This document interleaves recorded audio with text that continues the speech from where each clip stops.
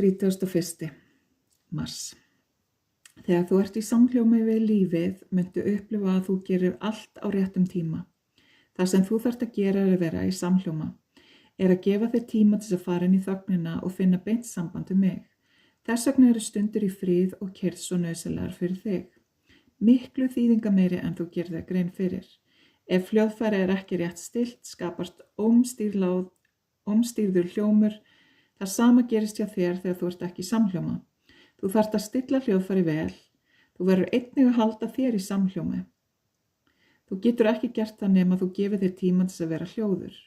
Þú gerir það ekki á meðan þú ert í þeytingi, ekki frekar en hljóðfæri er ekki stillt á meðan það er verið að leika á það.